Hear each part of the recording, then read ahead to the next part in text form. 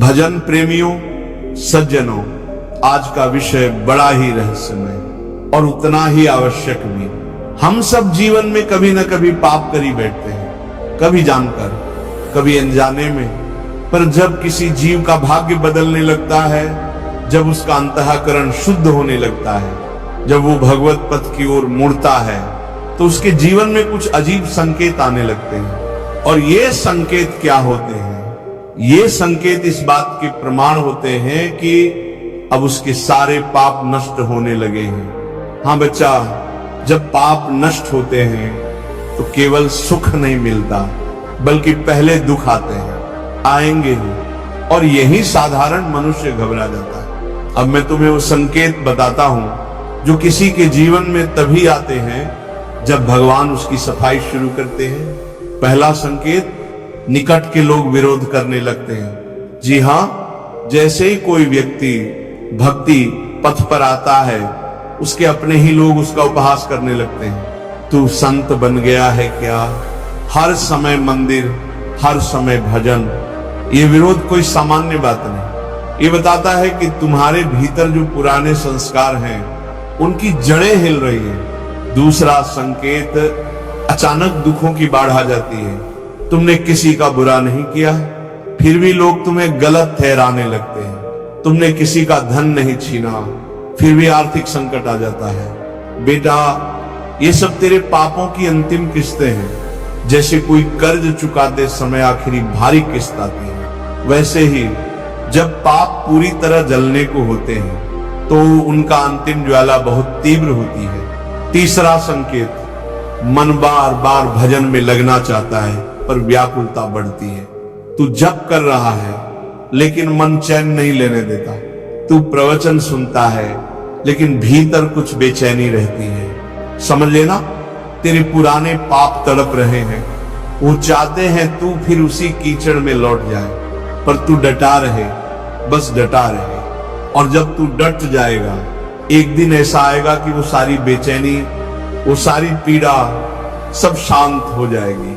चौथा संकेत, स्वप्नों में अजीब घटनाएं दिखने लगती हैं। कभी सांप दिखता है, कभी जलती हुई आग, कभी कोई डरावना दृश्य। मत घबरा, ये तुझे नुकसान देने नहीं आए हैं। ये पाप स्वप्न के रूप में बाहर आ रहे हैं, क्योंकि अब उनका समय पूर्ण हुआ। पांचवा संकेत, एक गहरी विरक्ति जीवन से होने लगती है। तू जहां पहले भोग में सुख देखता था, अब वही चीजें तुझे व्यर्थ लगने। कभी जो तुझे प्रिय थे, अब उनकी बातों में स्वाद नहीं आता। ये एक आध्यात्मिक संकेत है कि भगवान तुझसे अब संसार छुड़ाकर अपने पास बुलाना चाहते हैं। प्यारे साधक जनों, कभी कभी जब सब कुछ उल्टा पुल्टा होने लगे तो समझो कि भगवान बहुत निकट है।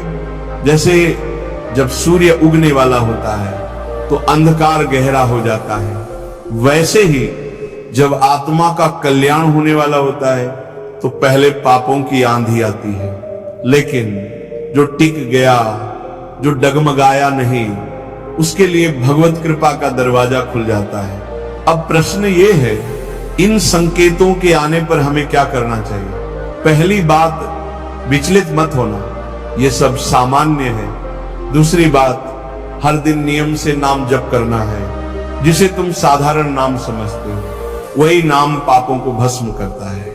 गायत्री मंत्र नहीं, कोई यंत्र नहीं, बल्कि भगवान का सीधा नाम, राम, कृष्ण, राधे, नारायण, ये वो अग्नि है जिसमें जीवन भर के पाप जल सकते हैं। तीसरी बात, गुरु कृपा से जुड़े रहो। गुरु की छाया में बैठा शिष्य कभी भी अंधकार में नहीं गिरता। जब संकट आए तो मत दौड़ो इधर उधर, बस शरण में आ जाओ। गुरु को पकड़ लो, नाम को पकड़ लो, हरि कथा को पकड़ लो।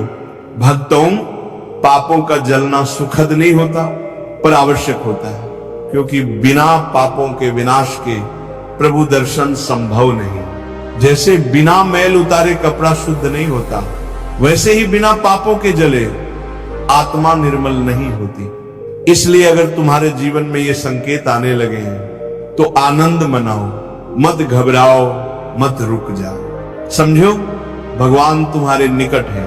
पापों के अंधकार के बाद ही प्रेम का प्रकाश प्रकट होता है। तो चलो अब से जब भी कष्ट आए तो रोना मत, बल्कि कहना, प्रभु धन्यवाद, आपने मेरे पाप जलाए, अब मुझे अपने प्रेम में लीन कर लो। भजन प्रेमियों, इस संसार का प्रत्येक कष्ट हमें भगवान के और करीब लाने के लिए आता है।